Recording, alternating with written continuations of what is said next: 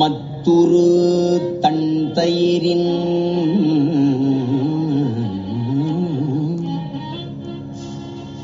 புலன் தீக்கதுவக் கலங்கி வித்துருவேனை விடுதி கண்டாய் வெண் தலைமிலைச்சி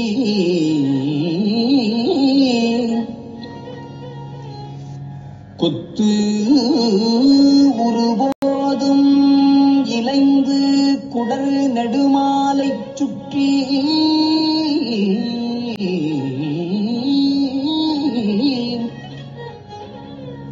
தத்துரு நீருடன் ஆரச் செஞ்சாந்து அணி நீருடன் ஆரச் சாந்து அணி சச்சயனே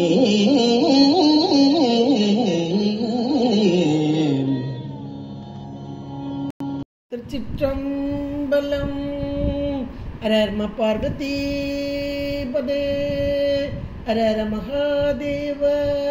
தென்னாடுடைய சிவனே போற்றி, எந்நாட்டவர்க்கும் இறைவா போற்றி.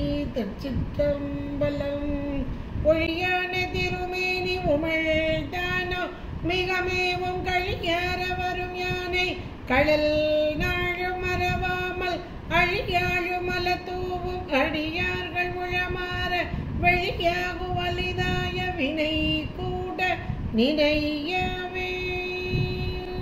திருச்சிற்றம்பலம்.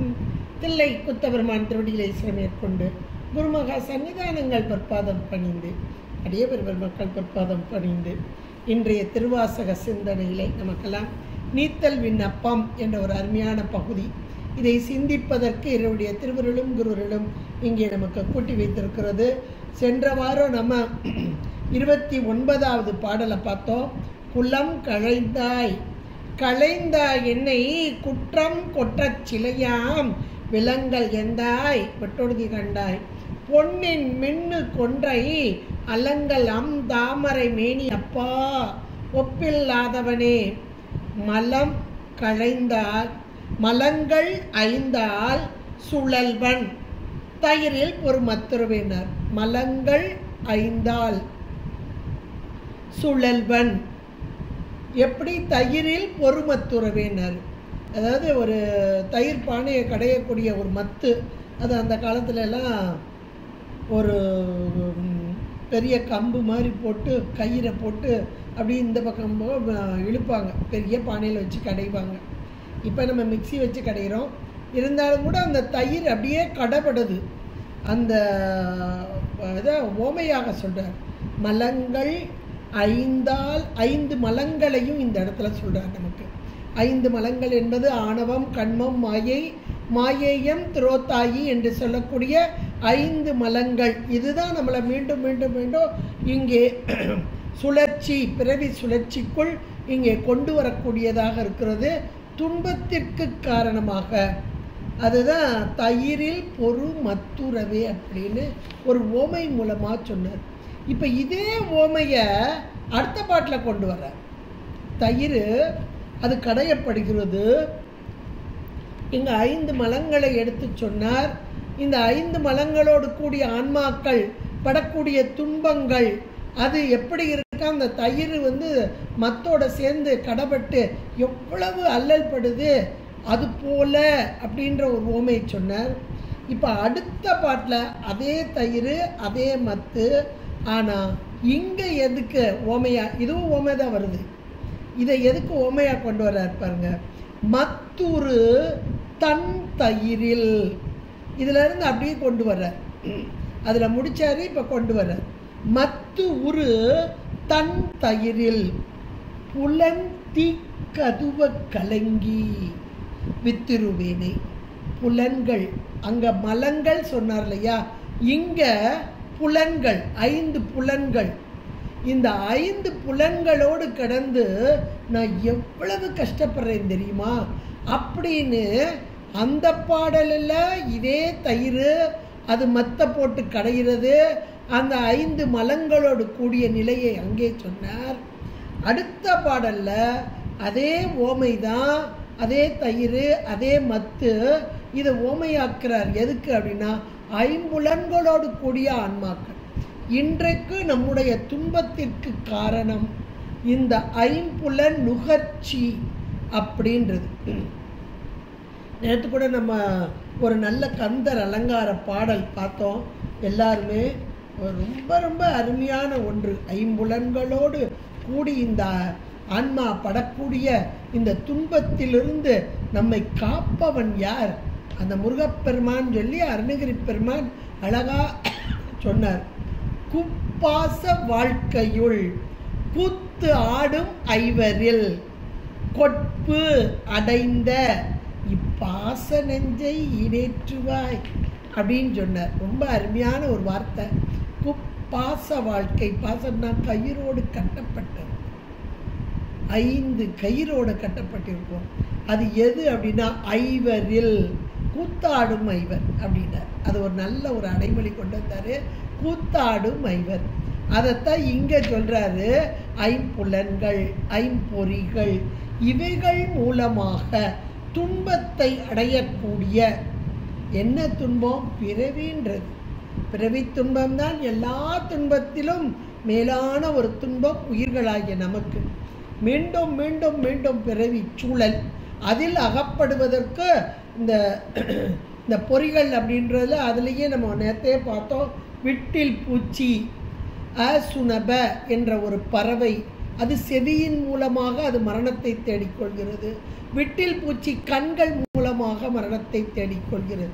இதே போல நாம் அந்த 5 பொறிகள் மூலமாக மீண்டும் மீண்டும் மீண்டும் மரணம் உண்டேல் ஜனனம் உண்டு, பிறவி சூழலில் அகப்பட்டு கொள்கிறோம் அப்படின்றத பார்த்தோம். இங்க மணிக்கவாசக பெருந்தகையாரோ மிக அழகாக இதை சொல்கிறார். மத்து உரு தன் தயிரில் புலன் தீக்கதுவ. அது எப்படி இருக்கான்? வெப்பம், கடுமையான ஒரு வெப்பம். இந்த வெப்பத்தில் நம்மளால தாங்க முடியல. உண்மைக்கே உடம்பு ஒரு வெப்பம், அதிகமாக வெயில் அடித்தா எப்பா என்ன ஒரு சூடுங்கிறோம். மழை பெய்தாலும் கூட நம்முடைய உடல் வெப்பம் என்பது தகித்து கொண்டு தான் இருக்கிறது.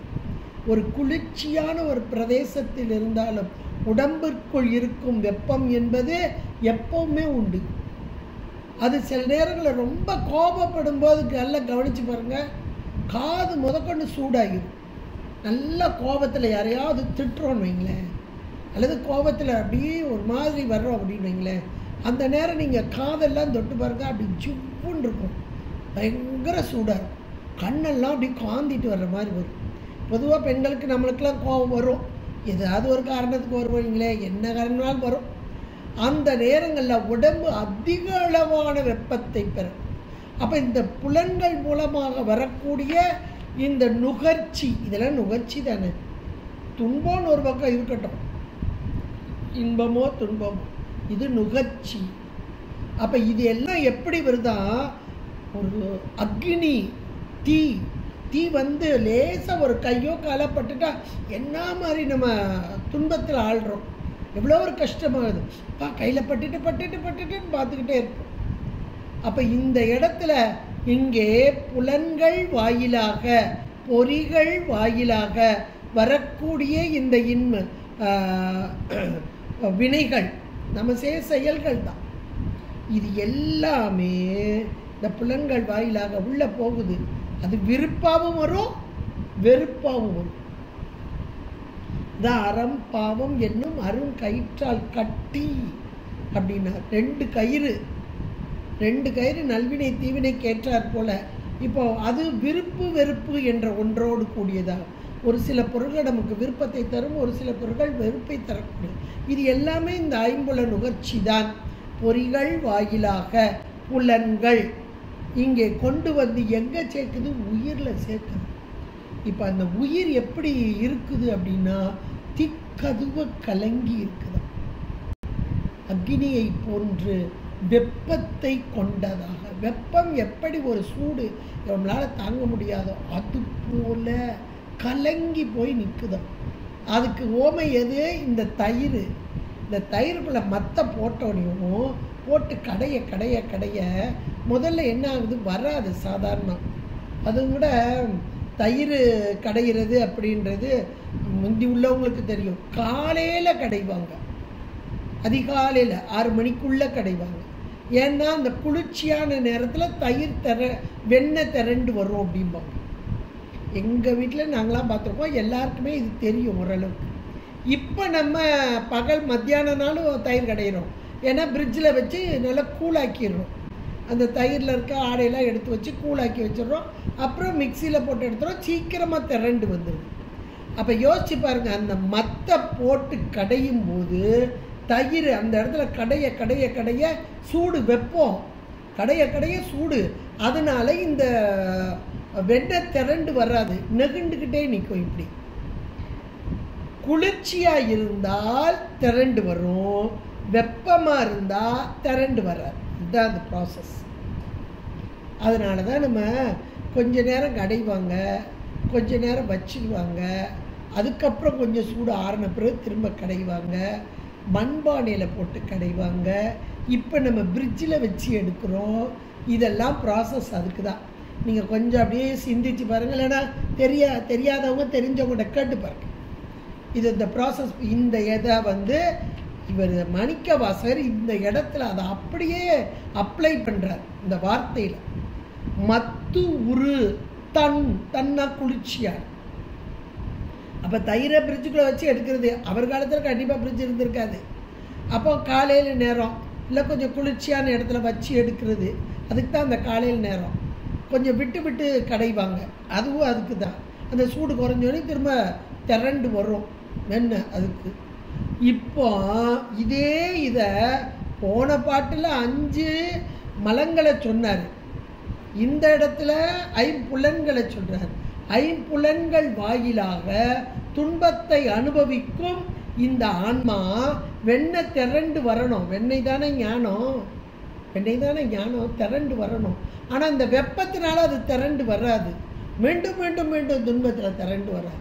அப்போ திரண்டு வரணும்னா கொஞ்சம் குளிர்ச்சி ஆகணும், திரும்ப கொஞ்ச நேரம். அப்போ இது எதை சொல்லுது அப்படின்னா, இந்த புலன்கள் வாயிலாக, பொறிகள் வாயிலாக புலன்கள் அப்படியே கொண்டு வந்து உயிருக்கு சேர்க்குது பாருங்க ஒன்னொன்னே இன்ப துன்பத்தை. இதன் மூலமாக பிறவி என்ற சூழல் இங்கே மீண்டும் மீண்டும் மீண்டும் வந்தாலும் ஒரு கட்டத்தில் வெண்ணெய் திரண்டுரும். ஒரு கட்டத்தில் வெண்ணெய் திரண்டுரும். வெண்ணெய் என்பது ஞானம். என்னைக்கு ஞானம் கூடுதோ அன்னைக்கு இறைவன் திருவடியை சாரலாம்.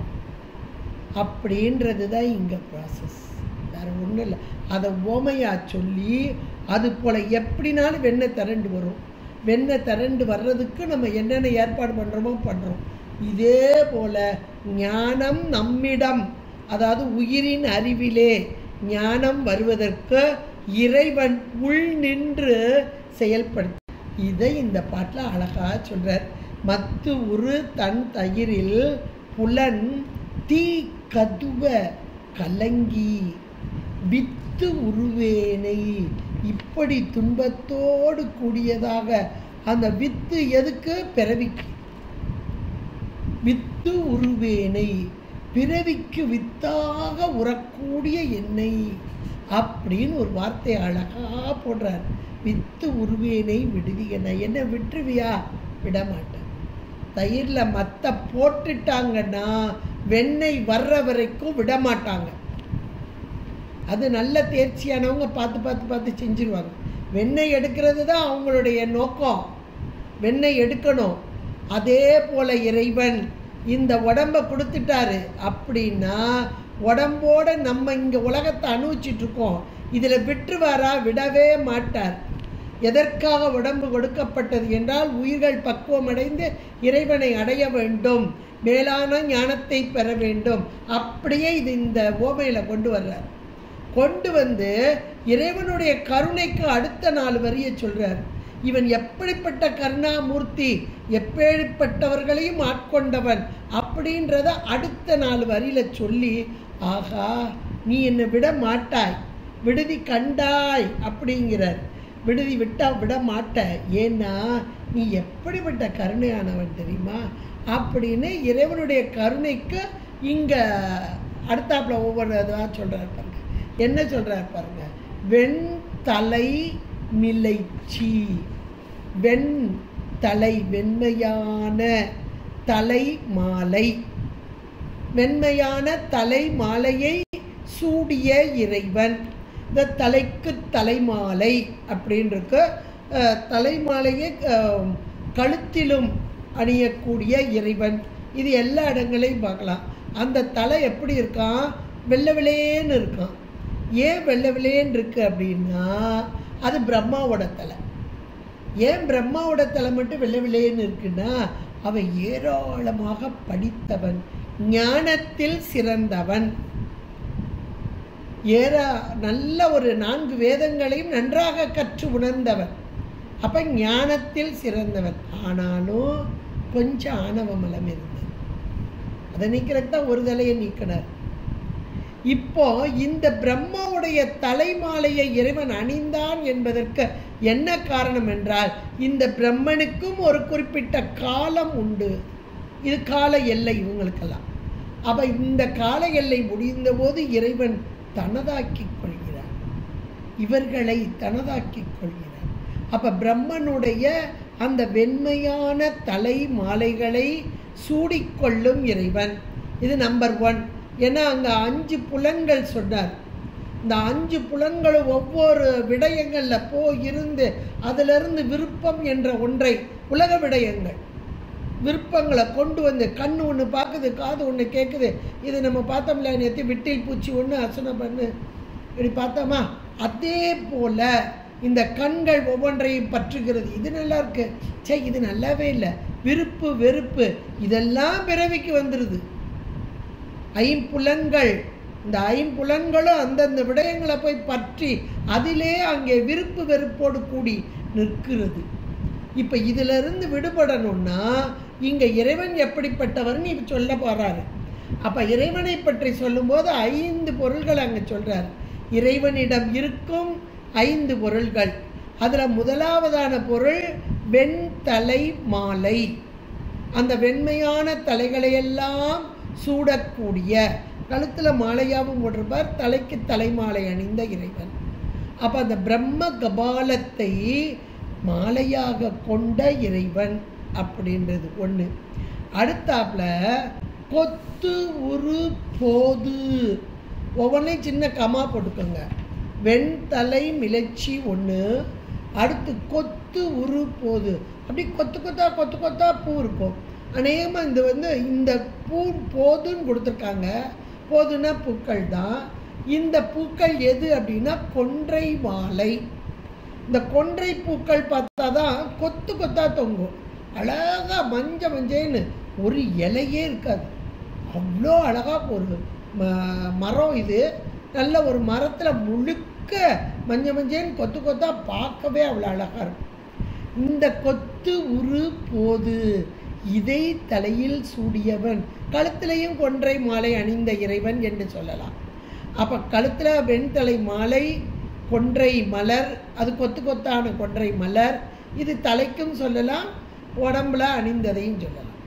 அடுத்தாப்புல 3வது, இது 2வது கொத்துரு போது. இதில் இன்னொன்று நம்ம நினைக்கணும், தலைமாலை, அதாவது பிரம்ம கபாலம் அப்படின்றது என்னங்க, இந்த கபால மாலை அணிஞ்ச மார்பில் மென்மையான நல்ல நறுமணம் கொண்ட, இன்னும் தேன் பிளிற்றக்கூடிய போது மலர், இதையும் அங்கே தான் அணியணுமா அப்படின்னு ஒரு கேள்வி வரலாம். சாமிக்கு இது விருப்பு, அது வெறுப்பு எதுவும் கிடையாது, எல்லாம் சமம் அப்படின்றது. இன்னும் அடுத்தது இன்னொன்று வருது பாருங்க, இது எல்லாத்தையும் ஒரே இடத்துல வச்சிருக்காரு சாமி.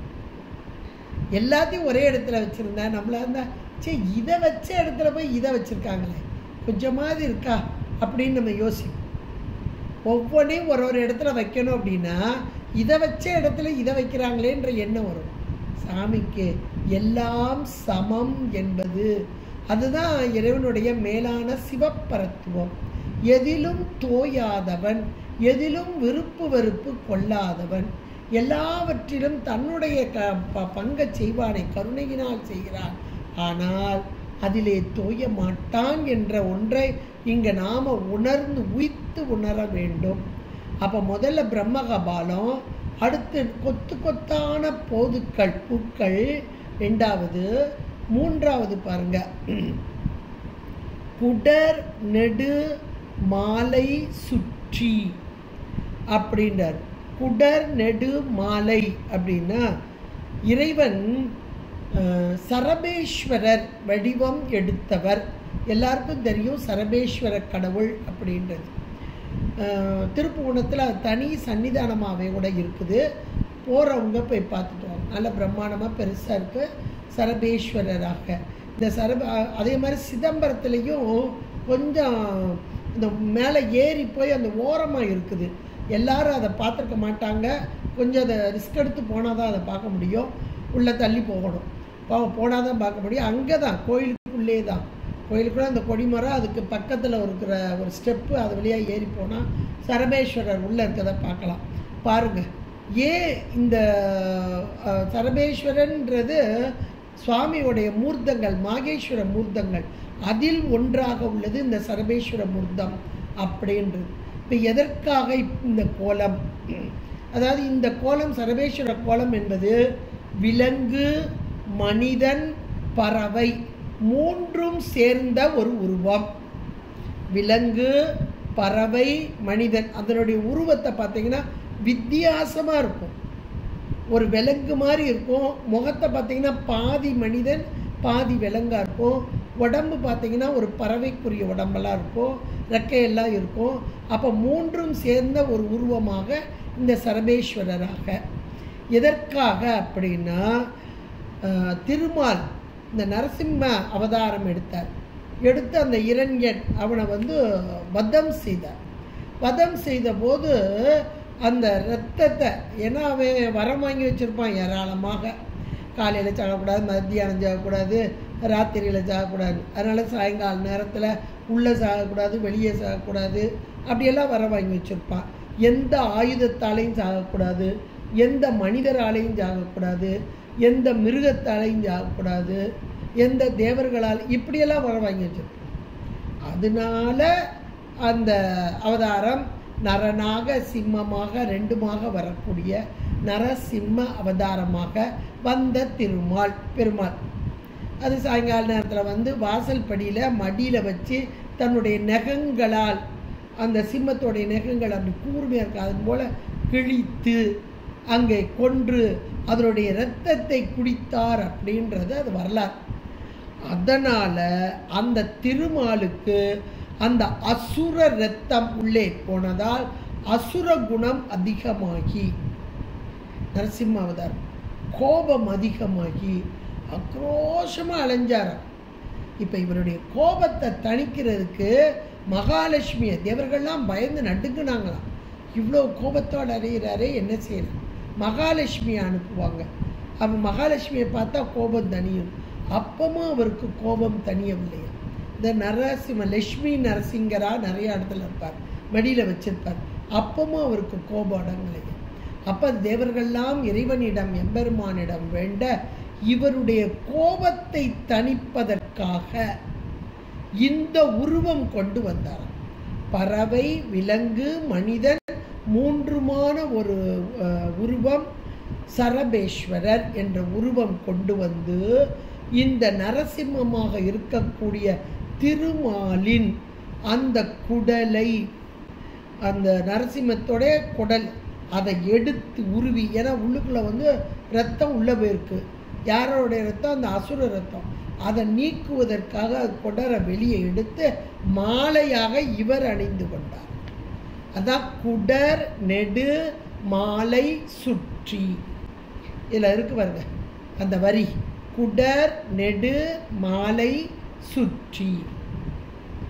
அப்போ முதல்ல என்னெல்லாம் வைக்கிறாரு? இப்போ மூணாவது வந்துட்டா முதல்ல பிரம்ம கபாலம் அதை அணிஞ்சிருக்கிறார். அப்புறம் கொத்து கொத்தாக இருக்கிற பூக்கள் ரெண்டாவது. மூணாவது குடல். அந்த குடல் அசுர பலம், அதாவது அசுர குணம் கொண்ட குடல், அதை எடுத்து மாலையாக போட்டிருக்கு. இதை யோசித்து பார்க்கவே நமக்கு ஒரு மாதிரி, என்னப்பா இந்த சாமி இப்படி செய்கிறாரு அப்படின்னு நமக்கு ஒரு எண்ணம் வரும். இதில் இருந்து நம்ம இவ்வளவு மென்மையான பூவு அதையும் வச்சு இந்த குடலையும் வச்சு மாலையாக போட்டு இந்த தலையையும் மாலையாக போட்டு இவ்வளவு ஒரே இடத்துல இருக்கு. அப்போ எப்படி இருக்கும் பாருங்க அந்த இடம். ஆனாலும் அந்த இடம் எப்படி இருக்கா அடுத்த வரியில் சொல்றார். இதுதான் இறைவனுடைய அந்த சிவப்பரத்துவம், மாறாத தன்மை, தன் நிலையில் மாறாத தன்மை. பிறருக்காக உயிர்களுக்காக எத்தனையோ விதத்தில் உதவும் இறைவன் தன்னிலையில் மாறாதவன். சத்து பொருள், சத்தான பொருள், என்றும் மாறாத பொருள் அப்படின்றது இந்த வரியிலேருந்து நம்ம தெரிஞ்சுக்கணும். குடர் நெடு மாலை சுற்றி அடுத்து தத்து உரு நீருடன். தத்து அப்படின்னா உடம்பெல்லாம் திருநீர் பூச்சி. தத்து உரு நீரு, அப்போ முழுக்க திருநீர் பூச்சி. நீரு என்ற மாத்திரத்தில் மாறாத பொருள் தன்மையில். இந்த திருநீரு அப்படின்னா மீண்டும் மீண்டும் எத்தனை முறை நெருப்பிலிட்டாலும் இது தன் குணத்தில் மாறாது. இதை உணர்த்துறதுக்கு தான் சுவாமி உடம்பெல்லாம் திருநீர் பூச்சி அப்படின்றது. நிறம், அதனுடைய குணம் எதுவும் மாறாது. அப்போ உடம்பு முழுக்கவே திருநீர் பூச்சாக இருக்கும் இறைவன். இது அவருடைய சத்துத்தன்மைக்கு, நிலைத்த தன்மைக்கு, மாறாத தன்மைக்கு எடுத்துக்காட்டாக சொல்லப்படுகிறது. தத்து உரு நீர் உடன், இது ஒரு பொருள் வந்துட்டா அப்போ சத்தான பொருள் அப்படின்றது. அதில் ஆரன மிக மிகுந்ததான செஞ்சாந்து அடுத்தது. அப்போ செஞ்சாந்து அப்படின்னா செம்மையான சந்தன கலவை, செம்மையான சந்தன கலவை. அப்போ இந்த இடத்துல முழுக்க திருநீர், வெண்மையான திருநீர், மாறாத தன்மை உடையவன் இவன், வெண்மையான ஞானமே வடிவான பரம்பொருள் இவன் என்பதை உணர்த்துதல். வெண்மை, சத்து, மாறாதவன், இதையெல்லாம் உணர்த்துறது திருநீர். அடுத்து அந்த இடத்துல மிகுந்ததாக இந்த சந்தனம், செஞ்சாந்து, செம்மையான செந்நிறம். இந்த சாந்து அப்படின்போது மனம் மிகுந்தது. இது இறைவனுடைய கருணை, அதுதான் அம்மை, அதுதான் திருவருள். இப்போ உடம்புல திருநீர் பூசணும்னா உடம்பு வேணும்ல. சாமிக்கு உடம்பு இருக்கான்னா நம்முடைய சைவம் சொல்கிறது அவன் உருவம், அருவம், அருவுருவம். அப்போ உருவம் என்றால் உருவம் கொள்ளுவதற்கு போன்ற மாயா காரியமா? இல்லை. அருள் திருமேனி, அருளையே உருவமாக கொண்ட இறைவன், அவ்வளோதான். அப்போ உடம்பெல்லாம் திருநீர் பூச்சி. அந்த உடம்பு எப்படிப்பட்டதாக இருக்கிறது? இங்கே திருவருள் மயமாக. அந்த திருவருள் தான் இங்கே செஞ்சாந்து அணி சச்சயன் என்பதாக. எவ்வளோ ஒரு அருமையான ஒன்றாக இருக்குது பாருங்க. சச்சயன் என்றால் மெய்ப்பொருளாக உள்ளவன். இப்போ இதில் 5 பொருள் வந்துட்டா என்னெல்லாம் வந்திருக்கு? தலைமாலை, தலைக்கு தலைமாலை அணிந்தவன், மார்பிலே அணிந்தவன், வெண்மையான அந்த பிரம்ம கபாலத்தை அணிந்த இறைவன். அடுத்து கொத்து கொத்துக்களான அந்த பூக்கள், அது கொன்றை மலர், அந்த மாலையை அணிந்த இறைவன் கொத்தொரு போது விளைந்து. அப்புறம் குடர் நெடுமாலை சுற்றி, அந்த குடலையே திருமால் நரசிங்க அவதாரம் கொண்ட அந்த திருமாலுடைய அந்த கோபத்தை அடக்கி அந்த குடரையே மாலையாக அணிந்த இறைவன் அப்படின்றத சொல்லி, அப்படிப்பட்ட இறைவன் இத்தனை பொருள்களும் இங்கே இருந்தாலும் இவன் மாறாத ஞானமே வடிவான தத்து உரு நீருடன் மாறாத வெண்மை நிறம் கொண்ட சத்து பொருளான ஞானமே வடிவான பரம்பொருள். 4வது. 5வது, அந்த ஞானமே வடிவான பரம்பொருள் கருணையே உருவம் கொண்டவன். அவருடைய உருவம் கருணை. அதுதான் இங்கே செஞ்சாந்து அணி சச்சயன். இப்படிப்பட்ட மெய்ப்பொருள் 5. இங்கே எதை சொன்னாரு? 5 புலன்கள். அந்த 5 புலன்களும் இந்த உலக விடயங்களில் சென்று மீண்டும் மீண்டும் இன்பம், அதில் இன்பம், இதிலே இன்பம் என்று இப்போ வீட்டில் பூச்சியைப் போல அசனம பறவையைப் போல சென்று சென்று சென்று மரணத்தை தேடுவது போல 5 அந்த வேடரின் அயர்ந்தனை என்பது போல 5 கூட்டங்களோடு சென்று உலக விடயத்தை அனுபவித்து கொண்டிருக்கும் ஆன்மாக்களாகிய, அது தன்னையே அவர் சொல்வது போல, இப்படி 5 பேரோட நான் அலைகிறேனே, மத்து உரு தன் தயிரின் புலன் திக்கதுவ கலங்கி வித்து உருவேனை. வித்து எதற்கு? பிறவிக்கு. மீண்டும் மீண்டும் பிறவிக்கு வித்தாகி அலைவேனை விடுதி கண்டார். நீ விடமாட்டப்பா. ஏன்னா நீ எப்படிப்பட்டவன் என்றால், அந்த வெண் தலை மிளச்சி கொத்து உரு போது மிளைந்து குடர் நெடு மாலை சுற்றி தத்து உரு நீருடன் ஆற செஞ்சாந்து அணி சச்சயனே. மெய்ப்பொருளானவன் 5 பொருள்களையும், இந்த 5 மாறுபட்ட பொருள்களாக இருந்தாலும் ஒரு இடத்திலே கொண்ட மாறாத பொருள் நீ. ஞானமே வடிவான பொருள் நீ, சத்து பொருளானவன் நீ.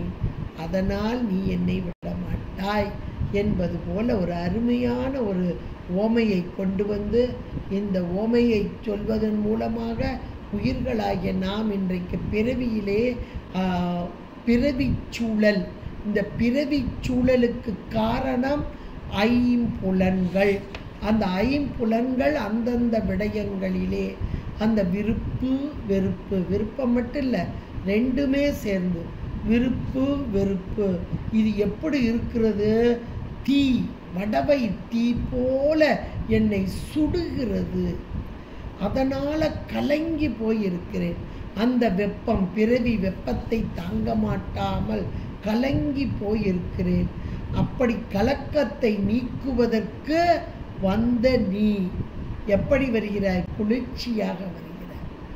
இந்த குளிர்ச்சி என்பதை சொல்வதற்குத்தான் அங்கே கோபக்கனல் கொண்ட, அது பிறவியிலேயே அகப்பட்ட அந்த பிரம்மா தலை, அடுத்தாப்புல இந்த கொன்றை மாலை, குளிர்ச்சியும் நல்ல நறுமணமும் தேனும் பிளிற்றக்கூடிய கொன்றை மாலை, இந்த குடர் நெடுமாலை. குடர் நெடுமாலை என்பது, குடல் என்பது கோபக்கனலோடு கூடிய திருமால். எவ்வளோ பெரிய கோபம்! அந்த கோபத்தை யாராலே அடக்க முடியும்? இறைவன் தானே தனித்தார். அந்த கோபத்தீ நீங்குகிறது என்றால் குளிர்ச்சி அங்கே வருகிறது. ஒரு வெப்பம் நீங்கணும்னா குளிர்ச்சி வரணும். இப்போ இந்த குளிர்ச்சியாக வருபவன் இறைவன். அதைத்தான் இங்கே சொல்றார், குளிர்ச்சியாக வருபவன் இறைவன் என்பதாக. அப்போ அந்த குளிர்ச்சியாக வந்து இத்தனையும் கொண்டவன் நீ. ஆனால் இதனால் உனக்கு மாறுபாடு வந்ததா? வரல. கொஞ்சம் கூட மாறுபடாத சத்துத்தன்மையில் இருக்கும் நீ. தத்து உரு நீருடன் ஆற செஞ்சாந்து அணி சச்சயனே என்பதாக இறைவனுடைய அந்த மேலான தன்மையையும், தன்னுடைய 5 புலன்களால் வரக்கூடிய தன்னுடைய கீழ்மையும், பிறவிக்கு வித்தாகும் இந்த 5 புலன்களின் செயல்களையும் எடுத்து சொல்லி இது ஓமையாக்கி என்னை நீ விட மாட்டாய் என்பதையும் இங்கே மிக அழகாக எடுத்து சொல்லக்கூடியதான இந்த 30வது பாடல். வெண்மையான தலைகளை சூடி கொத்தான அழகாக கொன்றை பூக்களை அணிந்து குடராகிய மாலையை கழுத்தில் சுற்றி இந்த திருமேனி முழுவதும் திருநீற்றோடும் செஞ்சந்தன கலவையும் அணிந்த மெய்ப்பொருளாக உள்ளவனே என்று இறைவனை விழித்து, இப்படிப்பட்ட இறைவா, ஐம்புலன்களாகிய தீ பற்ற, இந்த தீ தான் ஐம்புலன்கள், அக்னி, மீண்டும் மீண்டும் மீண்டும் பிறவிக்கு வித்தாக வரக்கூடிய அக்னி. இது எப்படி இருக்கு? மத்தினால் கடையப்பட்ட, மத்து கடைய கடைய உள்ள வெப்பந்தான் வரும். அப்ப மத்தினால் கடையப்பட்ட அந்த குளிர்ச்சியான தயிர் அதை போல கலங்கி பிறவிக்கு வித்தாக வரும் என்னை நீ விடமாட்டாய் என்பது போல அடிகளார் மாணிக்கவாசக பெருந்தகையார் ஐம்புல இன்பங்களாகிய தீ அது பற்றி கலங்கும் நம்மை, உயிர்களாகிய நம்மை விடுவிக்கும் வண்ணமாக, விடுவித்தல் என்பது இறைவனுக்கு மட்டுமே உரித்தானது. இறைவன் இல்லாமல் இந்த ஐம்புல கூட்டங்களிலிருந்து நாம் ஒரு காலும் விலக முடியாது அப்படின்றத ரொம்ப தெளிவாக இதில் சொல்லிட்டார். இப்பவும் பாருங்க, ஐம்புலன்கள்ந்து விடுது விடுது விடுன்னு ஈஸியாக சொல்கிறோம். இறைவன் நம்மளை விடுவிக்கிறார் ஒரு பக்கம் இருக்கட்டும். அப்போ ஐம்புலன்கள்லேருந்து நாம விட முடியுமானா ஒரு காலம் உடைய. கண்ணை மூடு, காதை மூடு, வாயை மூடு, எல்லாம் மூடலாம். ஆனால் மனம் என்ற ஒன்றை நாம் அடக்க முடியாது. இந்த மனம்தான் இந்த ஒவ்வொரு பொறிகளையும் பற்றி கொண்டு போய் நிற்கும். அப்போ இதுக்கெல்லாம் மூல காரணம் மனம். அப்போ அதை நம்ம அடக்க முடியுமா? முடியாது. அப்போ என்ன செய்யணும்? இந்த மனம் என்ற ஒரு பொருளை, ஒரு கருவி, இந்த கருவியை கொண்டு போய் இறைவனிடம் போட்டு விட்டால் அவர் பார்த்துக்கிடுவார். மீண்டும் மீண்டும் இந்த உலக விடயங்களில் சென்று நமக்கு பிறவின்ற ஒன்றை, அந்த பிறவிக்கு வித்தாக வருது இல்லையா? அப்போ அதிலிருந்து நம்ம நீங்கணும்னா என்ன செய்யணும்னா இறைவனிடம் அப்படியே ஒப்படைச்சணும். இந்த மனத்தை முழுக்க முழுக்க இறை சிந்தனை, அவ்வளவுதான். இறை சிந்தனை. இந்த மனத்தை எப்பவுமே இறை சிந்தனையில் வைத்தால் இந்த பொறிப்புலன்களுக்கு அது அகப்படாது, உலக விடயங்களில் செல்லாது. அப்படின்றது தான் இந்த கருத்து. நாம் இன்னைக்கு திருமுறைகள் படிக்கிறோம், இறை வழிபாடு செய்கிறோம், கோயிலுக்கு போகிறோம், உழவாரம் செய்கிறோம். இப்படியெல்லாம் செய்ய செய்ய செய்ய செய்ய இறை வழிபாட்டில் நிற்க நம்முடைய புலன்கள், ஐம்புலன்களால் வரக்கூடிய இன்ப துன்பங்களிலிருந்து விடுபட்டு மேலான இறைநிலையை அடையலாம் என்று அருமையான ஒரு பாடலாக இங்கே அமைத்து கொடுத்திருக்கிறார். சிந்திப்பதற்கு நமக்கு அருமையாக வாய்ப்பளித்த திருவருளுக்கும் குருவருளுக்கும் நன்றி கூறி இதுவாரும் கேட்டு மகிழ்ந்த அனைவரின் பொற்பாதம் பணிந்து விடைபெறுகிறேன். நன்றி, வணக்கம். திருச்சிற்றம்பலம். ஹர நம பார்வதீபதே, ஹர ஹர மகாதேவ. தென்னாடுடைய சிவனே போற்றி, எந்நாட்டவர்க்கும் இறைவா போற்றி. திருச்சிற்றம்பலம். நம பார்வதீபதே, ஹர மகாதேவ. தென்னாடுடைய சிவனே போற்றி, எந்நாட்டவர்க்கும் இறைவா போற்றி.